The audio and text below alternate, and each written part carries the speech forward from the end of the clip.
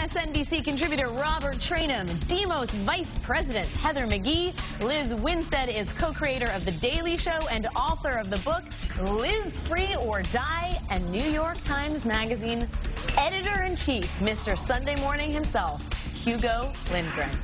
While Mitt Romney's campaign is straddling the GOP and Democratic positions on the president's health care law, the message from down-ballot Republicans is crystal clear. The mandate is a tax and the Affordable Care Act is too costly. This is what Florida Republicans are saying.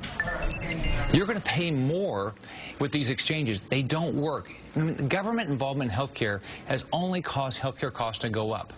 And it's rationing care. It's devastating for patients. I believe that President Obama has been misleading and actually probably lying to the American people when he was there in front of George Stephanopoulos, and he was asked if it was a tax. He said absolutely not. Congressman Allen West also went at the president's policy more broadly, and this is what he had to say. He does not want you to have self-esteem of getting up and earning and having that title of American. He'd rather you be his slave. Sharp words there, Heather McGhee. I mean, on some level, are we surprised that there's still a lot of argument and discontent regarding the Affordable Care Act?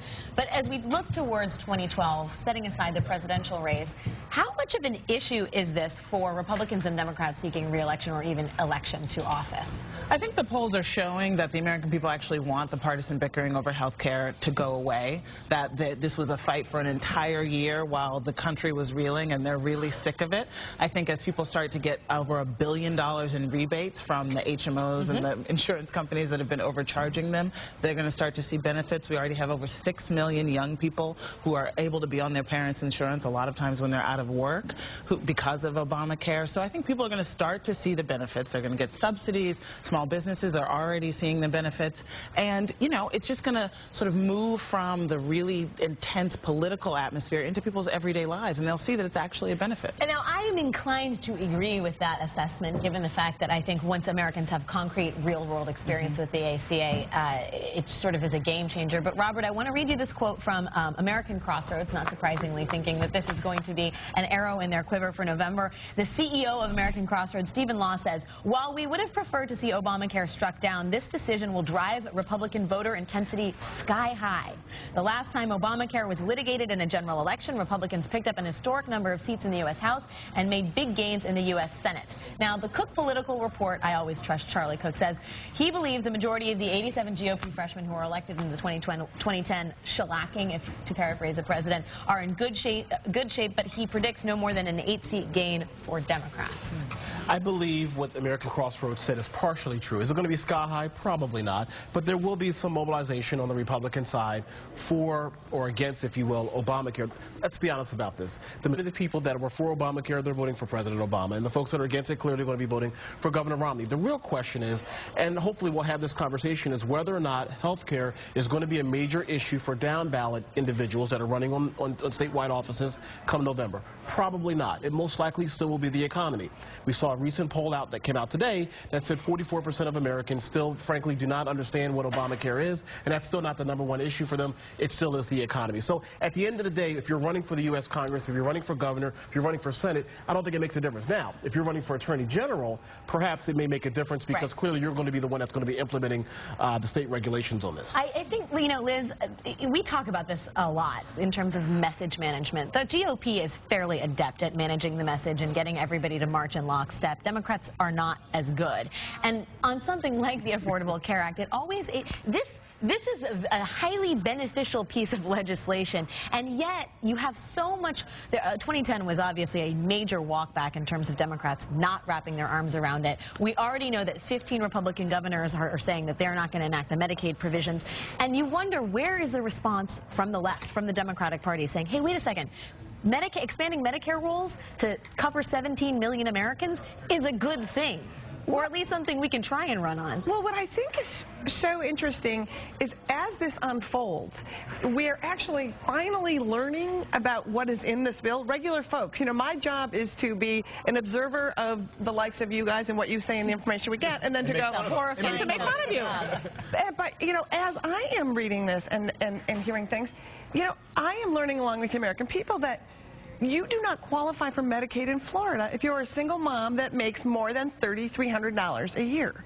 I don't think people know that, and when they hear that information, when you talk about populous states like Texas, and you talk about, Florida, and you hear these governors saying, we're not going to take this, and you think, oh my God, if people are screaming that we don't want to pay for people to go to the emergency rooms and we want to send this money, that's a windfall for your state, and you do not want to help people who make $3,200 a year, you're talking about that's problematic. Families of four who make $29,000 a year, and they would get, the federal government would pick up the tab basically through 2022. So I think we're talking about a small story there, though. I mean, a compelling story, but a small one. I think the problem for health care vis-a-vis the Democrats is that the story is complex, and it's also an abstraction. It doesn't exist yet. The benefits are not ones that people know about, that they're receiving. And so it's very, I think what it really does for the Republicans is it fits very nicely into an economic message, which is like, this is going to be part of the jobs-killing program of the Obama administration, this massive tax,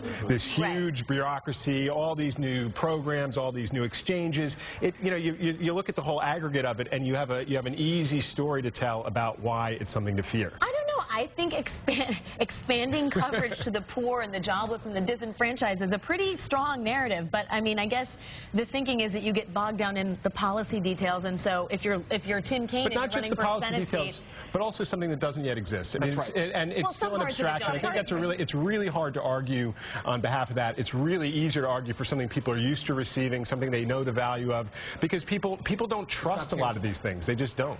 But that said, I mean, America. I'm speaking from the conservative heart. You're speaking from the heart. Yeah. But look, you look at the polling among Tea Partiers 2 years ago. They want government out of their backyards, but do not touch Social Security, Medicare, and Medicaid. I mean, don't touch them. They like the entitlement programs. Poll well. But Alice, I think it goes back to my original point. It's not about health care. It's about the economy. Now, what the Democrats should do, if they were, and they're smart, I was about to say if they are smart, but they are smart, is to connect the dot that this is an economic issue, that this is in their best interest. They haven't done that yet. And I think the reason why is because they must have some internal polling data that says every time they talk about it, people switch the channel, they tune out, and it says, no, you don't understand. I need a job. And the reason why I want a job is because I can get my own health insurance. I don't want the federal government involved in any way, shape, or form. Now, if God forbid, if I lose my health insurance, I want it to be there's a safety net, but I want to make that decision. I like that you have a notion that Democrats en masse have some sort of internal polling that gives, I think, confidence to people who don't think that's how the aisle is not organized. Coming up, it's really interesting to me. A Washington Post Stanford University poll asked Americans if, what is global warming the single biggest environmental problem? In March of 2006, 16% of the country thought it was the biggest environmental problem. In April of 2007, 33%, back down to 25% in July of 2008. June of 2012, 18% of the public thinks it's a serious problem. And yet, ask subsequently, if nothing is done to reduce global warming in the future, how serious of a problem do you think it will be for the U.S.? 78% of the country thinks it's a serious problem.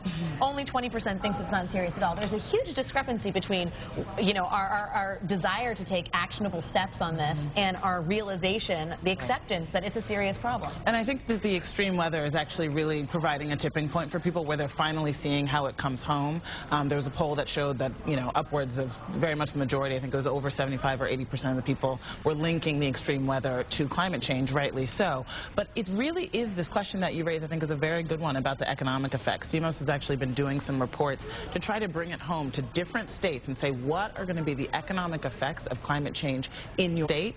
Because right now the only economic consideration that unfortunately our policymakers are making is the one that the oil companies are really selling, that this is going to cost oil jobs as opposed to it's going to cost tourism jobs when the flood, the beaches erode in Florida. It's going to cost housing and development jobs in places where you won't be able to drive as far. So we just have this sort of narrow, really unfortunately because of money and politics, sort of narrow constraint of what kind of economic considerations that we should be taking into consideration. It doesn't help that the Koch brothers, who are big players in oil and gas, are going to spend $400 million on this election trying to make sure their guys are elected. But Robert, we talk about Republicans and climate change, and there was a time when Republicans, like Newt Gingrich, sat on couches with Democrats like Nancy Pelosi and talked about the fact that this was a bipartisan issue where action needed to be taken. I want to play a piece of sound from Romney in June of 2011 talking about climate change and global warming. Let's take a listen.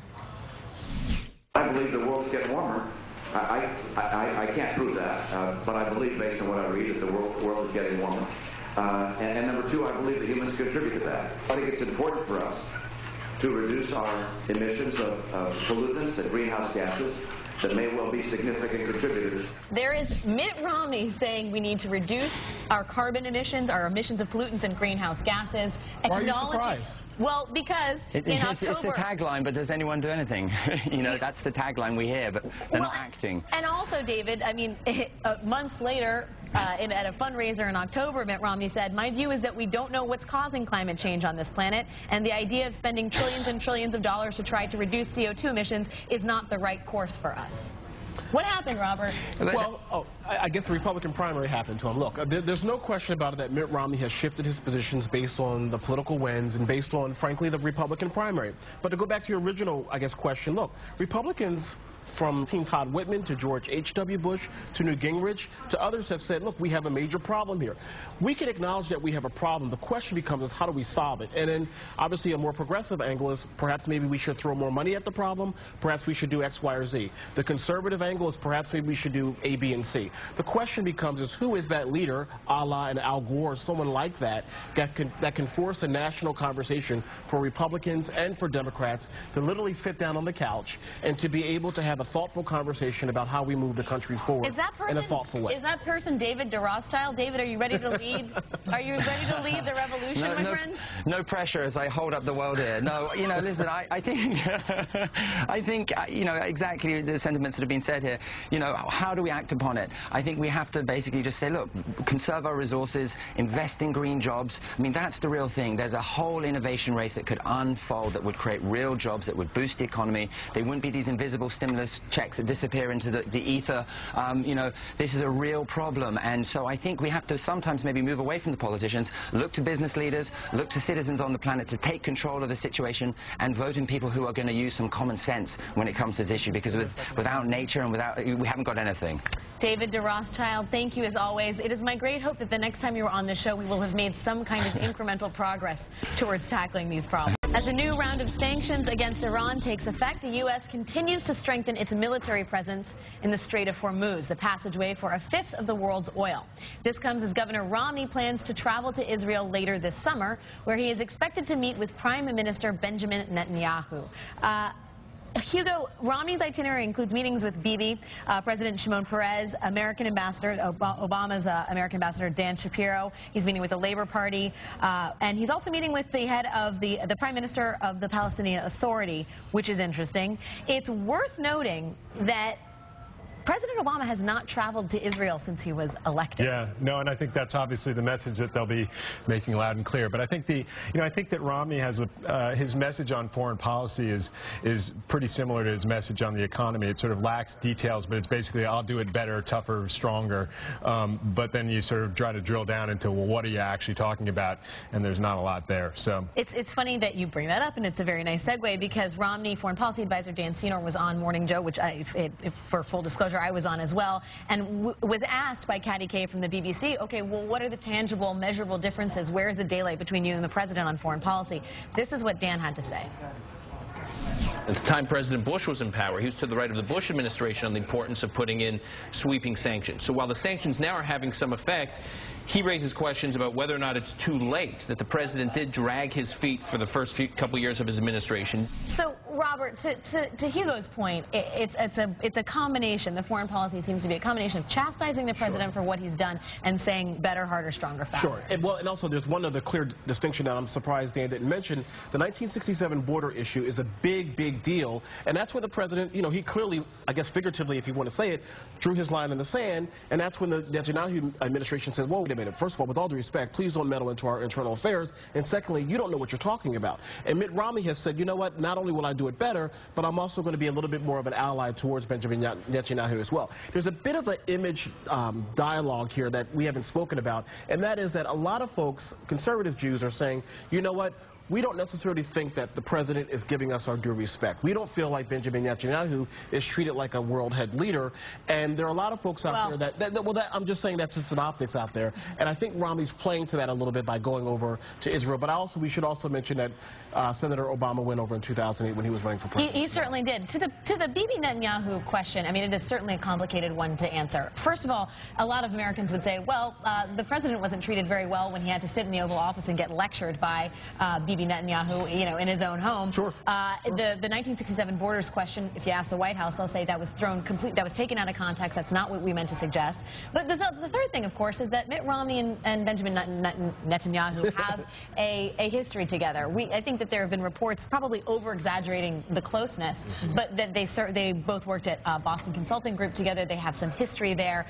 Certainly this goes a long way to sort of further the notion that they are very close. But Heather, I mean, what do you make of it in terms of the broader foreign policy issue and Romney's stance and how far he can go with this kind of these vagaries and these criticisms? Yeah. So, I mean, I think the idea is that as a Republican, he's got to be tougher on foreign policy. That's tough to do from a president who kept his promise on ending the war and bringing the troops home, who obviously was able to deploy the forces that killed Osama bin Laden when 8 years and 2 wars were not able to do it. I mean, this is really tough. He's also, I think, to sort of thump his chest, been able to say, well, I'm going to really go bigger on the defense budget than the Obama administration, which wants to keep it flat, which makes a lot of sense given we're trying to end 2 wars.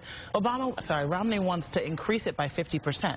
If you think about the trillions of dollars in tax cuts for the wealthy, including himself, that Mitt Romney wants to do, the nearly, increasing by 50% the defense budget, how is he going to balance the budget? That's the gigantic question mark. Common sense. Economic growth. Common sense solutions. Yeah. Common sense. Lizz Winstead with the win. Common sense solutions. You know, Liz, though, it is, when we're talking about this kind of idea that, oh my God, Obama's been so soft on foreign policy and so on and so forth. I mean, one of the things that the White House has not gotten a lot of pressure from anybody on is specific planks in our foreign policy, and specifically our counterterrorism program that carries over a lot of the Bush administration policies. Well, and it's amazing to me that there's now this line of argument that somehow President Obama has been soft on terror, that he's been an appeaser, that he's, bent over backwards for foreign powers. I mean, it's not. Then there was an article yesterday that said, the Obama administration is getting huge pressure to be able to open up the drone doors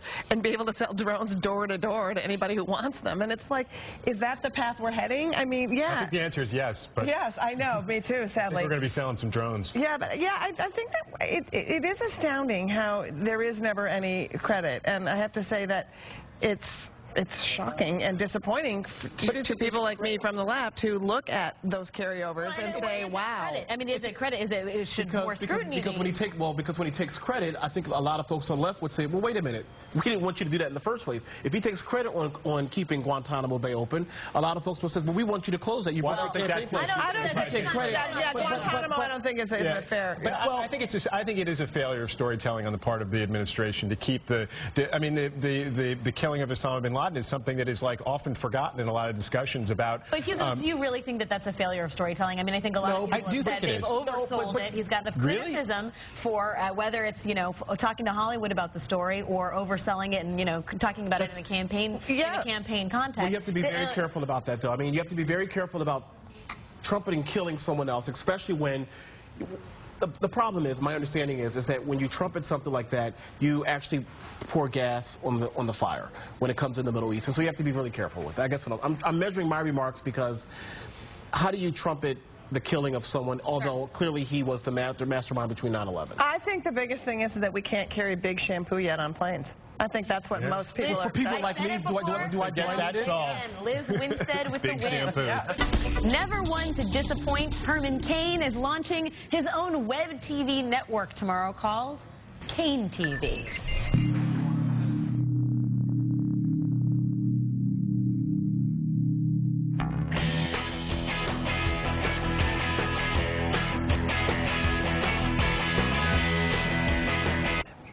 It will feature critical commentary on issues of the day. We're calling this hearing on behalf of the women who will benefit from the Affordable Care Act contraceptive coverage regulations. Well, I have to get college if they make me pay for my birth control pills. It will feature street smarts with Lewis Brown. I'm Lou from Hollywood, and my mouth don't write no checks my ain't cash. Hillary Clinton can't do nothing. She couldn't handle her own husband. It will feature funny stuff, featuring comedian Kiwi. You can laugh at me, then you can laugh at yourself. And I'm going to make fun of you. Kiwi Cain. And of course, it will feature pearls of wisdom from Herman himself. Liberty is a well-armed lamb contesting the vote. Let's give a lamb a gun. Let's give a lamb a gun? Yes, America? That just happened. Okay, it looks like he went into night court and just grabbed all the drunks and said, hey, you want a show? Because I got a network and I got to fill it full of people so I don't look as I know that in my dentist's office. I think. I just took my iPhone and just programmed my TiVo because I will be watching this tomorrow with bagels and with orange juice because this is very important. You have to program your phone for the internet because it's a web TV channel. Alex, will you be getting a show on this network starting tomorrow, ASAP? Only if I'm very, very, very lucky, Robert. But, you know, Heather, we wondered what Herman's next act was going to be. I love how you gave that to me. That's great. Okay. Big question. No, this actually proves there is no third act in American life. He just proved it. It didn't fail. I don't know. But I'll remind you, during the presidential primary, remember, it was his campaign manager that was smoking a cigarette, looking into the camera. I mean, and remember, it was a 999 thing. So you have to give it to him. It seems like he makes fun of himself, and he doesn't take himself too seriously. Seems like. I mean, come on. He's the Godfather, right? So I think I heard he's saying that Liberty is a well-armed lamb contesting the vote? Yes. Let's give a lamb a gun. So this is important. So what he's actually talking about is actually pretty scary, right? Which is actually, it's part of a big right-wing, it's a big right-wing meme right now to... Now it's apparently armed people, or lambs, going and trying to contest the vote. And police...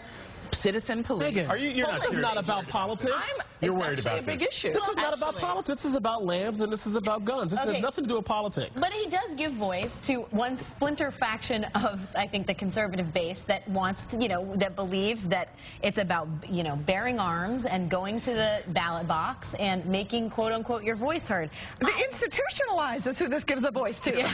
There is no one this gives a voice to. Literally people who are on Thorazine and have had lobotomies. That is who would enjoy this. We watch this. I am not sure that Herman Cain is not a conceptual art project dreamed up by the far left, actually. I think you're right. I mean, it could be that this belongs in a gallery in Chelsea. He's the new Warhol. Should be Herman Cain's factory. That's what this is. What does it mean to be an American? For the nearly 17 million naturalized citizens, the first step to citizenship involved taking a test on U.S. history, politics, and geography. So with the 4th of July tomorrow, we decided to give an impromptu street citizenship test to some Americans in Times Square. We pulled questions from the actual citizenship test and added a couple of questions of our own at the very end. Who is in charge of the executive branch? No idea. That's our president. President of the United States. The POTUS. The POTUS. I'm not sure. The president. The president. I don't know. What territory did the U.S. buy from France in 1803? That was the Louisiana Purchase. Boom! It's a square one. Louisiana Purchase? It's like kind of rectangular. Louisiana Purchase? Was it the Wyoming? Louisiana Purchase. Yes, you are right. What are two rights in the Declaration of Independence? The freedom to bear arms and the freedom of speech. Bear arms? I don't know how to... Freedom to bear arms? We can move on. Life, liberty, and the pursuit of happiness. We should move on. The right to life and the pursuit of happiness. All right, can you name one thing that Benjamin Franklin is famous for? Oh, something about electricity, flying his kite, and spectacles. Flying his kite and electricity are good ones. Bald head. Electricity. Electricity. The best thing that he did was he made the U.S. Post Office. Everybody was like, blah, we shouldn't have a post office. We don't need to communicate. And he's like, you people are dumb. I'm going to make one. And then he gave it to everybody for free. So he's freaking awesome. He was not such a great man, Benjamin Franklin. Not such a great man. Real talk. Can't really judge people. It's easy to be a quarterback like on a Monday. He's from Philadelphia. Are all people from Philadelphia famous? No, they're not. So give me something else. He has a Liberty Bell. He has a Liberty Bell? Rang the Liberty Bell. He rang the Liberty Bell. He's a libertarian. Being on the $100 bill. Yeah, he is. Can you name these 4 people? Pelosi, Sheen, Rihanna, and Romney. Nancy Pelosi, Charlie Sheen, Mitt Romney, Rihanna. I'm not even voting for him, but I can't tell you his name. She looks like a politician. That guy is also a bad man, and I do not remember his name, but I know that he was on 2.5. Oh, Charlie Sheen. 2 men? It's Rihanna. That's Charlie Sheen. I don't know those 2. Rick Perry. How about this guy? He's winning. Forget his name though. What is Mitt short for? Your choices. Your choices. A. Mittens. B. Matansky. C. Grommet. Or D. None of the above. Was 3 Grommet? Is that what you said? It's definitely not Grommet. It's not Mittens. Mitchell. Matilda. Mittens? Was it Matansky? I'm going to say none of the above. D, none of the above. Correct. It's such short for anything. Woo! All right. So, how many of you thought that Mitt Romney's first name was Matansky? It sounds like a Kool-Aid drink or something. Is it? I will tell you, we were out on a sweltering day in Times Square, and a lot of people did know what the Emancipation Proclamation was, and a lot of folks knew about the Louisiana Purchase. Benjamin Franklin was actually the most, I think, hotly contested subject. When asked about Benjamin Franklin, really mixed reviews. No kite references to Benjamin. A lot of kite references, some keys, some electricity. Library? Nothing? Is he like the Sarah Palin of today? I mean, he's got very controversial. I guess so. I think Sarah Palin would probably be proud of that. You got a better score than Jay Leno, though. So that's New York's more, smarter than L.A. You know, when you go out on a hot day, the stupid, it burns.